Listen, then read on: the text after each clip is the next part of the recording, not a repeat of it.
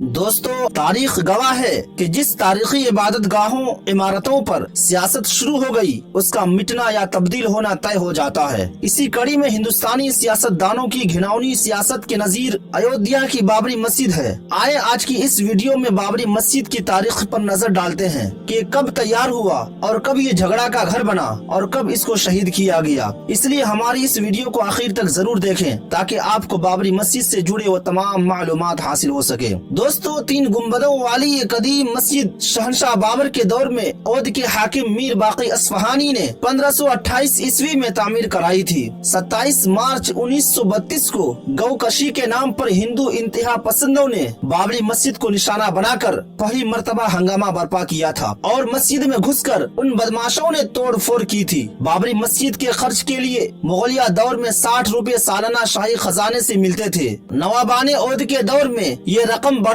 کر 302 روپے 3 آنا 6 پائی کر دی گئی تھی۔ انگریزی حکومت میں بھی یہ رقم بحال رہی۔ غرض کہ بابری مسجد اپنی ابتدائی تعمیر 1528 عیسوی سے لے کر 1949 عیسوی تک یہ مسجد بغیر کسی جھگڑا و اختلاف کے مسجد ہی کی حیثیت سے مسلمانوں کی ایک مقدس و محترم عبادت گاہ رہی اور مسلمان امن و سکون کے ساتھ اس میں اپنی مذہبی عبادات کرتے تھے۔ مستند تاریخوں سے پتہ چلتا ہے کہ بابری مسجد کی تعمیر سے صدیوں پہلے مسلمان ایودھیا میں آباد تھے اور یہاں کے ہندو مسلم پوری یکجہتی کے ساتھ رہتے سہتے تھے۔ سن 1855 عیسوی سے پہلے کسی مذہبی معاملات میں یہاں کے رہنے والوں کے درمیان نہ تو کوئی جھگڑا ہوا اور نہ آپس میں ٹکراؤ کی نوبت آئی۔ صحیح تاریخوں اور مذہبی نوشتوں سے اس کا کوئی ثبوت نہیں ملتا، لیکن جب اس ملک پر انگریزوں نے حکومت شروع کی اور ان کا یہاں عمل دخل بڑھا تو انہوں نے اپنی بدنام زمانہ پالیسی لڑاؤ اور حکومت کرو کے تحت یہاں کے لوگوں میں آپس میں دشمنی پیدا کرنے کی غرض سے مسجد، مندر، جنم استھان وغیرہ کا خود بنایا ہوا تھیوری چھوڑ دیا،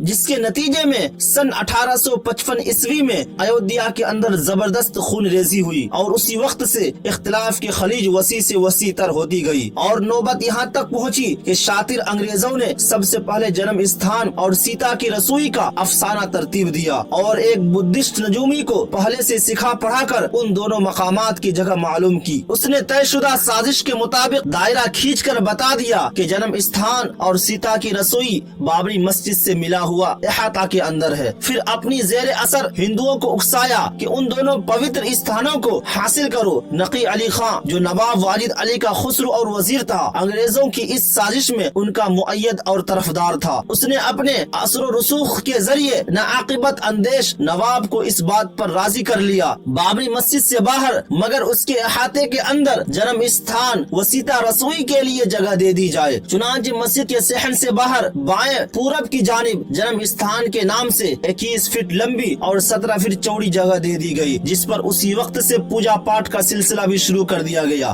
حالانکہ جس وقت یہ افسانہ مرتب کیا گیا اس سے برسہ برس پہلے سے قلب شہر میں جنم استھان کا مندر موجود تھا اور آج بھی موجود ہے۔ اس وقت مسجد اور جنم استھان کے درمیان حد فاصل قائم کرنے کی غرض سے صحن مسجد کے ارد گرد آہینی سلاخوں کی باڑ کھڑی کر دی گئی۔ اسی تاریخ سے ایودھیا میں مذہبی کشمکش شروع ہو گئی اور یہاں کے ہندو مسلم مندر مسجد کے نام پر آپس میں دست گریباں ہو گئے۔ دوستو، سن 1857 عیسوی میں جبکہ ہندوستان کے مسلمانوں اور ہندوؤں نے متحد ہو کر بہادر شاہ ظفر کی قیادت میں انگریزوں کے خلاف جنگ آزادی کا بغل بجایا، ضلع فیض آباد کے گزٹ سے پتہ چلتا ہے کہ اس وقت آپسی اتفاق و اتحاد کو مضبوط کرنے کی غرض سے ایودھیا کے مسلم لیڈر امیر علی اور ہندو لیڈر بابا چرن داس نے رام جنم استھان اور بابری مسجد کے جھگڑے کو ہمیشہ کے لیے ختم کرنے کی غرض سے ایک معاہدہ کیا تھا کہ رام جنم استھان کی مخصوص متنازع زمین ہندوؤں کے حوالے کر دی جائے اور ہندو بابری مسجد کی عمارت کو چھوڑ دیں۔ چنانچہ اس معاہدہ پر دونوں جانب کے لوگ خوشی خوشی راضی ہو گئے اور 2 سال سے جو اختلاف کی آگ بھڑک رہی تھی وہ ٹھنڈی ہو گئی، مگر انگریزوں کو یہ ہندو مسلم اتحاد گوارا نہ ہوا۔ انہوں نے بابا رام چرن داس اور امیر علی